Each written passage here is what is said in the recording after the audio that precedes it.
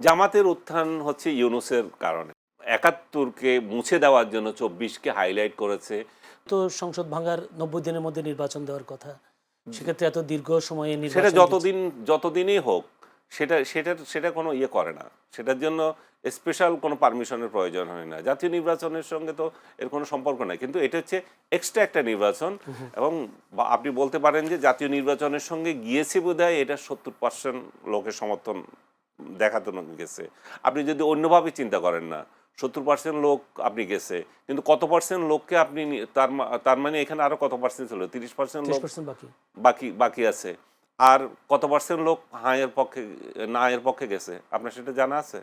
সেটা আমার কাছে জানা নেই। এটা প্রায় কাছাকাছি বা ইয়ের যারা জিতেছে তাদের কাছাকাছি। তারপরে আরেকটা অংশকে তো আপনি নির্বাচনেই আসতে দেন নাই। তো সেই সবগুলো যদি চিন্তা করেন তাহলে আপনার ওই অংশ তো কম না।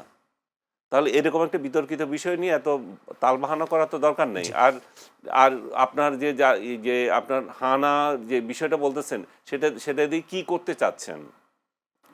মানে গণভোটের যে রায় সেটা দিয়ে কি করতে চাচ্ছেন?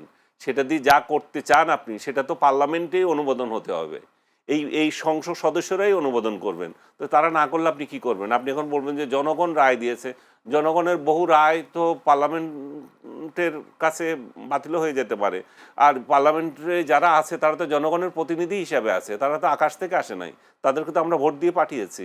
জি। তো আমরা সংখ্যাগরিষ্ঠ তো লোকজন যা বলে আমরা সেটাই দেখব। কিন্তু আপনি দেখবেন যে এমন কোনো মানে সংখ্যাগরিষ্ঠতা জোর দিয়ে তারা এমন কিছু করছে কিনা যেটা জাতীয় জীবনে বড় বিপর্যয়ের আমরা সম্মুখীন হব। আমরা যে বড় বিপর্যয়ের সম্মুখীন হচ্ছি, যেমন আজকে এখন জ্বালানি তেলের সংকট দেখা দিয়েছে, সেটার জন্য আমরা রাশিয়ার থেকে তেল আনার জন্য অনুমতি চাচ্ছি কার কাছে? আমেরিকার কাছে ধর্ণা দিচ্ছি।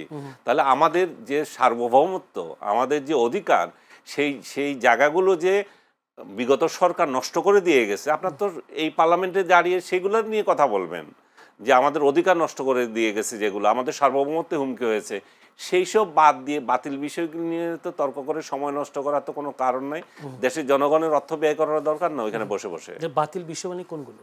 বাতিল বিষয় মানে যেটা হয়ে গেছে এবং যে অধ্যাদেশের যেটা অধ্যাদেশ বিরোধী এবং যেটাকে বাতিলের জন্য যে ওই অধ্যাদেশটা ইয়েতে আসে নাই, এটা অধ্যাদেশও না, এটা আদেশ। আদেশ। ওই আদেশটাও সংসদে আসে নাই। জি। তো আসে নাই মানে হচ্ছে এটা বাতিল। বাতিল। এবং আরো বাতিল হয়ে যাবে ১২ তারিখে, ১২ এপ্রিলে। কারণ এই ১ মাসের মধ্যে যদি এগুলো উত্থাপিত না হয়, জি। অটোমেটিক বাতিল হয়ে বাতিল যাচ্ছে। হবে। জি। তো আমরা সংখ্যাগরিষ্ঠর প্রতি সম্মান করতে হবে। আপনি আপনার ইচ্ছায় চলবেন, আমি বিরোধী দল, আমার কথাই শুনতে হবে। এটা যেমন সত্য না, তেমনি সংখ্যাগরিষ্ঠ যারা আছে তারা যা ইচ্ছা তা করবে সেটাও আমরা সেটা চাই না। মানে একই কথা। একটা প্রশ্ন, সেটা হচ্ছে এবারে নির্বাচনে জামায়াতের যে উত্থান আপনি দেখছেন, বিশেষ করে তারা তো এই ধরনের ইতিহাস কখনো করতে পারে নাই। প্রায় ৬৮টি আসন তারা পেয়েছে। জামায়াতের উত্থানটাই কীভাবে দেখছেন? আর জামায়াতের ভূমিকা যেটা, যে তারা যে কথা বলতে পারছে না, যদি বলি বিএনপি যে দক্ষ অভিজ্ঞ পার্লামেন্টারিয়ানের সাথে কথা বলে তারা যুক্তিতর্ক দাঁড় করাতে তাদের উপরে দাঁড় করাতে পারছে না। অনেকে এটা হাস্যকরও বলছে। বিষয়টা কেমন, আপনি কি বলবেন? না, দক্ষতা না থাকলে তো কিভাবে হবে? আপনি এক সালাউদ্দিনকে সামাল দিতে পারছেন না। এবং জামাতের যে বিরোধী দলীয় নেতা যিনি, উনিও নতুন এবং অধিকাংশ সদস্যই নতুন। এখানে ২-৪ জন লোক আছে তাদের প্রাক্তন, মানে বেশ এর আগেও সংসদে এসেছে। তো তাদের তো অভিজ্ঞতার দরকার আছে এবং তারা যদি গায়ে ঠেলায় যা ইচ্ছা তা করতে চায়, তারা যদি বিধিবিধান না মানতে চায়, কোরাম মানতে চায়, সংবিধান না মানতে চায়, কার্যপ্রণালী বিধি না মানতে চায়, তাহলে তো যা ইচ্ছা তা করতেই পারে।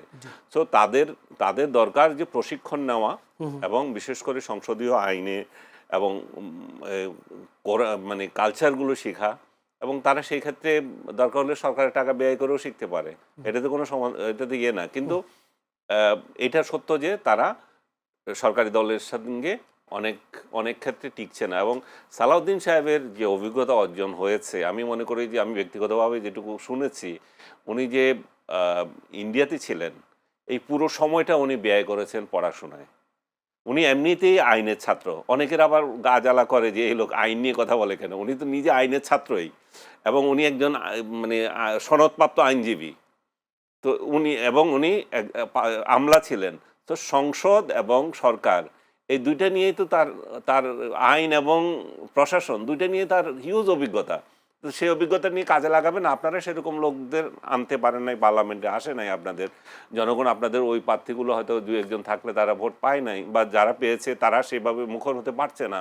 এটার জন্য তো সরকারি দল দায়ী হতে পারে না। এই জন্য তার চরিত্র, এবং আমি দেখছি যে তার সঙ্গে না পেরে তাকে নিয়ে নানা ধরনের কিচ্ছা কাহিনী বলতেছে সালাউদ্দিন সাহেবকে নিয়ে, যেটা খুব আনফর্চুনেট। আপনি একজনকে মোকাবেলা করতে পারেন না, তাকে ভারতের চার দল, মানে কি বলবেন, ভারতের দালাল অমুক তমুকে। এখন এই যে বিরোধী দল এখন যারা আছে তাদের যে রাজনৈতিক চরিত্র, এটা তো বহু পুরানা, যে স্বাধীনতার পক্ষে কেউ কথা বললে সে ভারতীয় দালাল। এর আগে এই ট্যাগগুলো পেত আওয়ামী লীগ, এখন এটা বিএনপির উপর আসছে, আওয়ামী লীগ নাই। তা জামায়াতের উত্থানটা কিভাবে দেখছেন? জামাতের উত্থান হচ্ছে ইউনূসের কারণে। ইউনূস এমন একটা সোসাইটি আমাদের এখানে তৈরি করে দিয়ে গেছে, ইনক্লুসিভ সোসাইটি আমাদের রাখে নাই। সে এই ৭১কে মুছে দেওয়ার জন্য ২৪কে হাইলাইট করেছে, এবং স্বাধীনতাকে কিভাবে নষ্ট করা যায়, স্বাধীনতার স্মৃতিগুলো থেকে শুরু করে স্বাধীনতাকে কিভাবে আঘাত করা যায় প্রতি পদে পদে সে গত ১৮ মাস ১৬ মাস সেই কাজটাই করেছে। ১৬ মাস না ১৮ মাস, ১৮ মাস, ১৮ মাস। সে ১৮ মাসে এই কাজটাই করেছে, এবং জামাতকে উত্থানে সে সহায়তা করেছে। সেক্ষেত্রে